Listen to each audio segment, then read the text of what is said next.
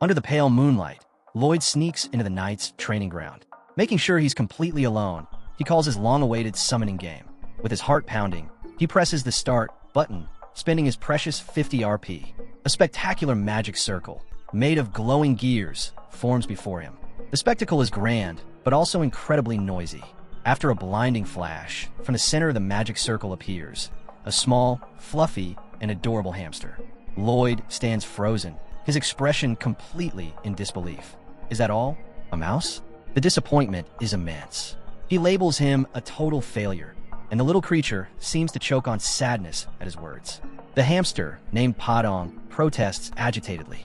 When Lloyd, unimpressed, challenges him to show him what he can do, Padong spits out a wet piece of paper, an instruction manual.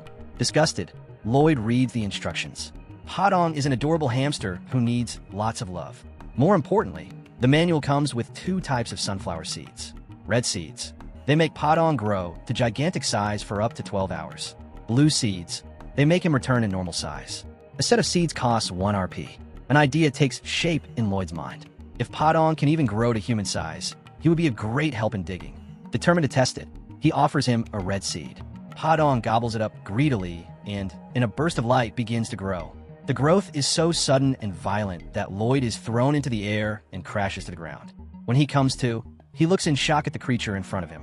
Padong didn't grow to the size of a man. He became a colossus over 9 meters tall, a giant hamster with an arrogant expression on his face. The system immediately reveals Padong's abilities: digging level 1, tamping earth level 2, and pockets and cheeks level 1. Lloyd is ecstatic. With quick movements, Padong digs deep trenches, compacts the earth by rolling over it, and, using his enormous cheeks, transports huge amounts of earth. Jackpot! I have my heavy equipment. Lloyd exclaims, covered in hamster saliva.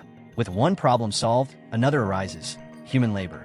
Lloyd realizes that he can use the barony soldiers, a band of 30 men paid, to do almost nothing. He gathers them on the riverbank and gives them a motivational speech inspired by his own experience in the army. The purpose of an army is to work, he shouts, ordering them to carry the huge pile of clay that he has been digging all night. In fact, it was Padong in 30 minutes. The soldiers, not at all enthusiastic, are about to start work when they are interrupted by their commander, Senior Knight Newman. He confronts Lloyd, accusing him of demeaning the honorable soldiers by putting them to dirty work. Lloyd, however, expected this. From a novel, he knows that Newman is the first to betray the Baron, selling information to the crooks who will bring the family to ruin. Behind his honorable facade, Newman is a traitor. Lloyd confronts him with a mocking smile, telling him that he has the Baron's permission and that Newman is, in fact, unhappy because his business could pay off the family's debts. Newman angrily reminds Lloyd of his reputation as a troublemaker and accuses him of using the soldiers for personal gain. Lloyd, with defiant calm, agrees. Yeah, that sounds about right, if you want to kill her. The challenge is issued. Lloyd insults him directly, throwing dirt in his face with a shovel and tarnishing his honor as a knight. Furious, Newman calls him a scoundrel and the son of a poor, nearly bankrupt baron. Lloyd, pretending not to have heard correctly, incites him to put aside ranks and resolve the matter as between men. Swinging the shovel like a weapon, Lloyd challenges Newman to a duel.